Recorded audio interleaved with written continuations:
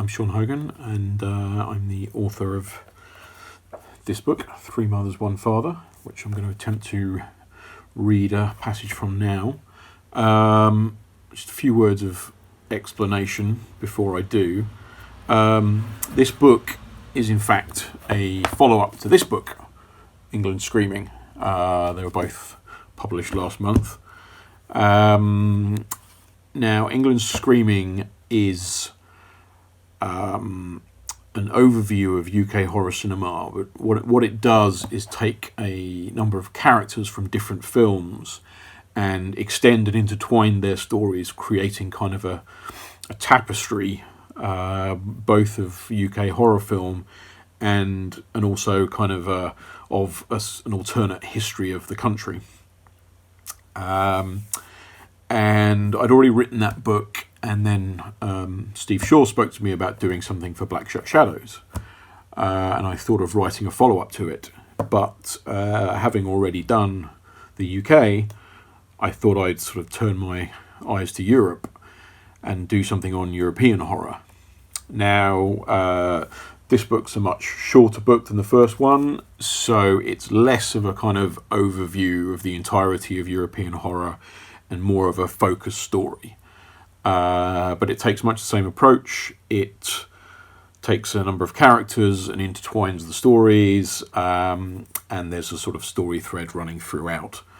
So it's actually quite difficult to select something because all the various vignettes in it are so interwoven with each other. It's difficult to find a standalone passage. But what I'm going to do is read to you a story within a story. Now, just to give it some context, the previous vignette before this concerned Francesco Della Morte, who's the protagonist of the Italian horror film Della Morte dell'Amore. And it was about his obsessive quest to find death, the persona of death. And it ended up in a hotel with him being picked up in the bar by a mysterious woman who we subsequently learn is in fact Elizabeth Bathory, the Bloody Countess, as personified in the film Daughters of Darkness. So when we begin this story, Elizabeth has seduced Francesco, and they are lying together in her hotel suite. After she had taken a lover to bed for the first time, Elizabeth Bathory would always tell them the same story. As her inamorato lay naked across the bedclothes like a child's soft toy, enraptured and bleeding, she would cradle their head in her lap and recount to them the sad tale of her birth. Not her entrance into the world as a squalling, still innocent child, mind, for even the Bloody Countess was innocent once, but her true day of creation, the moment where she was set free to embrace her terrible destiny. As Michelangelo once said, every block of stone has a statue concealed inside, and it is simply the sculptor's task to discover it. Before she encountered the foul creature that created her, Elizabeth Bathory was as that block of stone, shapeless and unformed.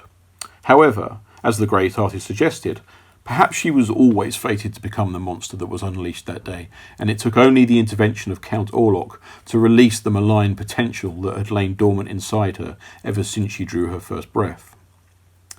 Francesco Della Morte was no different from any of her other suitors.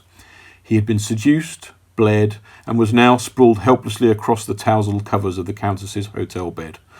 Suspended in a hypnotic fugue, he was cognizant of very little, save for the cool breeze wafting in through the open doors to the balcony, the soothing amniotic sound of the ocean waters in the harbour below, and Elizabeth's soft purr as she whispered long-forgotten secrets into his ear. It was the early days of the 13 Years' War, she began. My husband Ferenc was away fighting the Ottomans, and in his absence it fell to me to manage his business affairs, which included control of his many estates.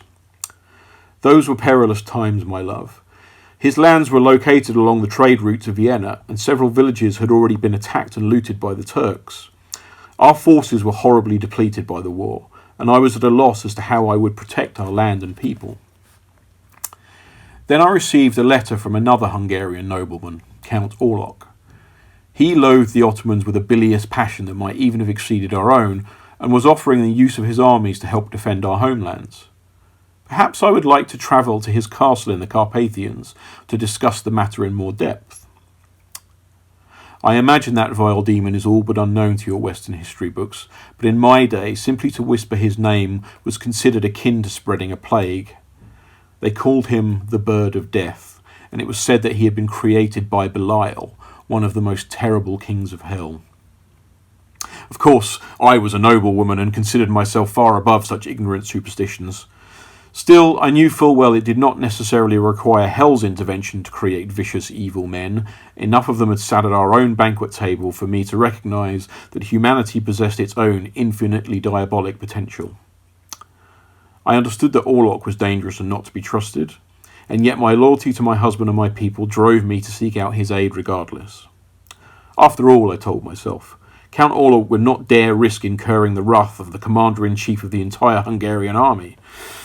I would travel with a number of bodyguards and retainers, and was quite certain I would be safe. What a fool I was. After a long, arduous journey through the mountains, we arrived at the Count's castle just as the sun was setting. In the red light of dusk, the valley below the fortress appeared to be awash with blood. Little did I suspect it was a dire premonition of what was to come. Orlok himself greeted us at the castle gates. I had, of course, heard the legends of his hideous appearance, but nothing could have prepared me for the verminous apparition that awaited me. When I first laid eyes on him, I thought for one awful moment that he was nothing but a skeleton made somehow animate. All flesh appeared to have been stripped from the leering death's head that passed for his face. As I drew closer, I realised I was mistaken. Some meat did still cling to his bones, but it was wasted and grey in pallor, as though he were a corpse long overdue for burial. I can only describe his features as a skull beneath the skull. He possessed two long rat-like teeth that protruded horribly over his bottom lip, and pale, long-fingered hands that put me in mind of some repulsive albino spider. Indeed, he moved like some great predatory insect, frozen with the stillness of the grave one instant, but capable of incredible speed the next. He welcomed us inside and showed us to a dining table laden with a great feast. The food and wine were excellent, but despite our long journey we could mustered little appetite.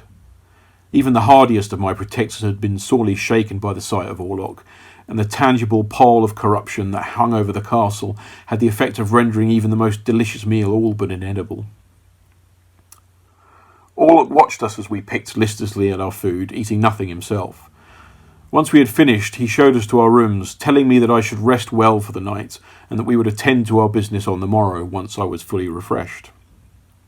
I remember thinking that the apparent lack of servants in the castle was decidedly curious, but put it down to the cloud of superstition that surrounded the Count. In truth, now that I had breathed the same fetid air as Orlok, those wild stories seemed much less fanciful. Despite being exhausted by my travels, I slept fitfully, plagued by uneasy dreams. I awoke in the dead of night, the oppressive silence of the castle crushing me like a vice. I lay there in the darkness and prayed for a sound to reach my ears. Any sound would suffice, even the faintest scratching of rats' claws, anything to reassure me I was still drawing breath and not trapped in some dreadful black limbo of endless quietude. But the ghastly noise that came next made a mockery of such pitiful fears. Better some mute purgatory than the horror of hearing the bravest of my men shrieking like a frightened child. His torment seemed almost without end, and I wished only that the agonising pitch of his cries might shatter my eardrums so that I would have to suffer them no longer. I wanted to flee, but heavy chains could not have bound me to my bed any tighter than the dread that appalling sound induced. I could only lie there helplessly and wait, knowing that whatever evil had prompted that scream would soon come for me. Then, finally, silence settled once more upon the castle like a dark snowfall. When my chamber door did open moments later, it was quietly, almost respectfully, as though my visitor did not wish to alarm me by the untoward manner of his entrance. My eyes moved to the doorway, and what I beheld there left me longing that I had been struck deaf and blind both. Orlok stood poised over my bed, his long fingers clawing the air like tree branches in the dead of winter. In the dim moonlight, his face and hands appeared slathered with ink, Of course, blood appears quite black beneath the radiance of the moon. Upon meeting my gaze, he grinned horribly, his mouth widening until it split his face like a chasm. It contorted and stretched until it swallowed me, the room, everything. For the whole of that night, and the two following it, Orlok violated my body and soul. After 4 long centuries, I can still recall vividly every last obscenity he visited upon me. He left me too weak to resist or escape, and I had no doubt my retinue were already dead by his hand. In whatever brief moments of respite he allowed me, he would lay curled against my naked body like a parasite, his skin like cold-pitted clay, and whisper abject secrets into my ear, an education in damnation. I thought that I would die in that accursed place, but at the end of our 3rd night together, he rose from the bed and told me I was free to go. Of course, I had not the strength to even crawl to the bedroom door, and as he took his leave, I fell into a swoon, a long, feverish dream of dead things. I imagined I was surrounded by all those I had lost, my beloved mother and father, the faithful servants I had brought with me to the castle. But although I found myself amongst the dead, I was not of them, and as I beseeched them for help, one by one, they silently turned their backs on me. When I awoke from the nightmare, my first thought was that I was still trapped in that same damned bed, in that same damned room, in that same damned castle. But then I felt the wind on my bare skin and the prickle of grass against my cheek, and I knew something had changed. I opened my eyes and somehow found myself on the hillside in front of my own home, Cactice Castle, naked and alone. A guard quickly spotted me, and I was rushed inside by servants and placed in my bed. I was still on the brink of death, racked by delirium, and it was thought that I might not survive. But survive I did, in a manner of speaking. After many days of rest, I was still terribly weak, my flesh bloodless and atrophied, but my mind had at last cleared, and I now knew what I must do. I summoned a maidservant and instructed her to draw me a bath, so that I might be cleansed of the sweat and stink of my fever. After she had helped me into the tub and commenced bathing me, I took a hairpin and stabbed her in the throat. What issued forth was purer and more delicious than the clearest spring from the highest mountain peak. Once I had drunk my fill, I allowed her remaining life to drain into my bathwater, and within minutes I was born anew. My youth, beauty and vitality were restored, even enhanced. That is a true story, my love, or as true as I can make it after so many long centuries have passed. I swore vengeance on Orlok if our paths ever crossed again, but alas, his foulness was expunged from the world before my chance arrived. But from that day on, I allowed no man to insult or harm me ever again. I saw to it that even the smallest of slights were met with the most terrible of reprisals. And as for the rest, it is, as they say, history. So that's a small extract. Elizabeth Bathory's story continues after that, and there are many other stories in the book, and a whole big story to be experienced. So if you are at all interested, it's available now via Black Shuck Shadows books, and it is One Mother, Three Mothers, One Father.